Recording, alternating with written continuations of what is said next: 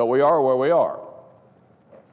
This evening, Senate Democrats will have one more opportunity to do the right thing and end their blockade of a vote on the president's deal with Iran.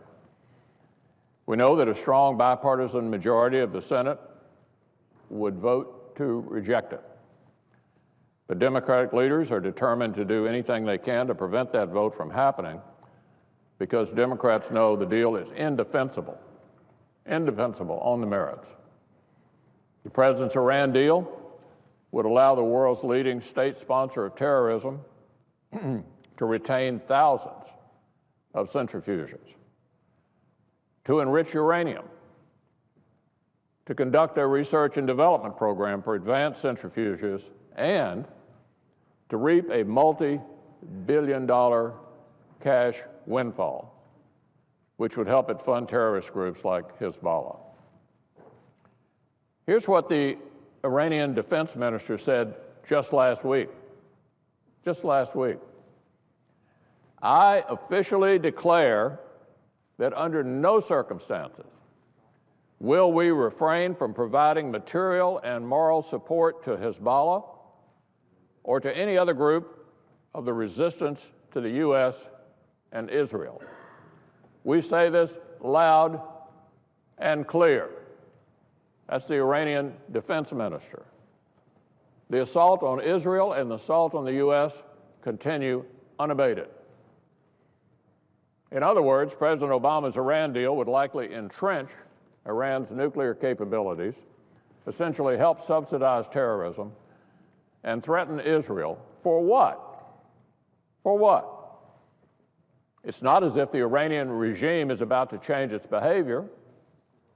Supreme Leader crows that change, quote, will never happen, end quote, as he rails against the great Satan, that's us,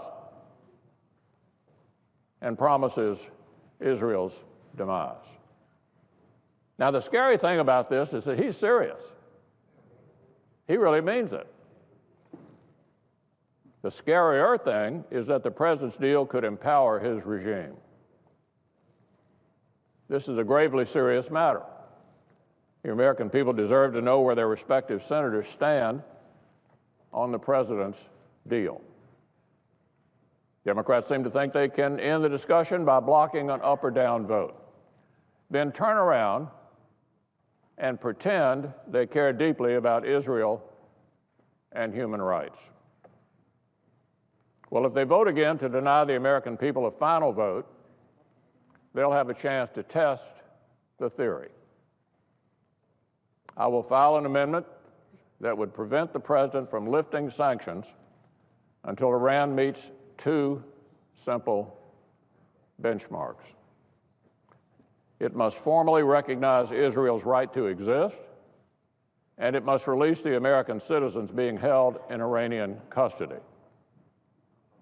Let me say that again.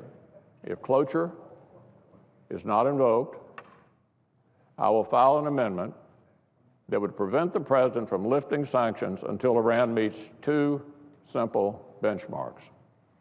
It must formally recognize Israel's right to exist, and it must release American citizens being held in Iranian custody.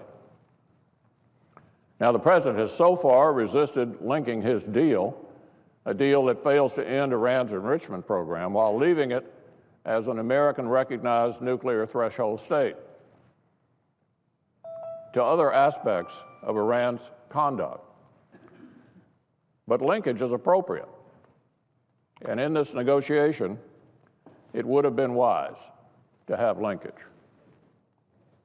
Indeed, senators say they understand the importance of standing up for an ally like Israel in a dangerous region, and the Senate voted unanimously just a few months ago in calling for Iranian leaders to release these Americans.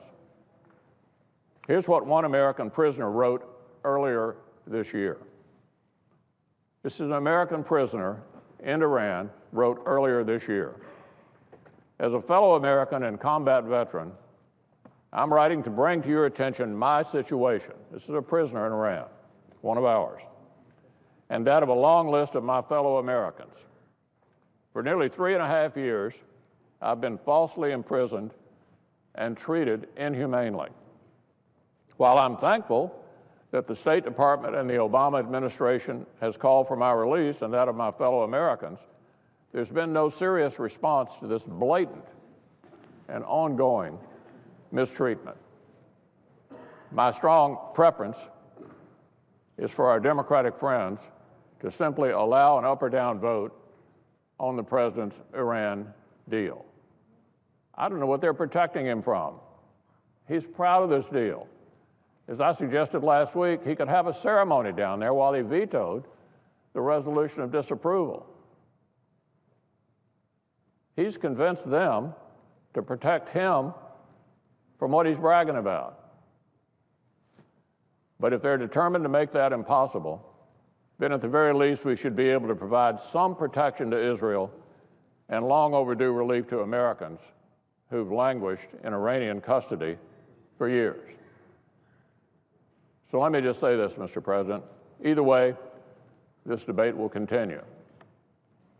This is an issue with a very, very long shelf life. And it'll be before the American people for the next year and a half, and certainly be a factor in their determination of who they want to lead our country as president in the next election. Majority Leader.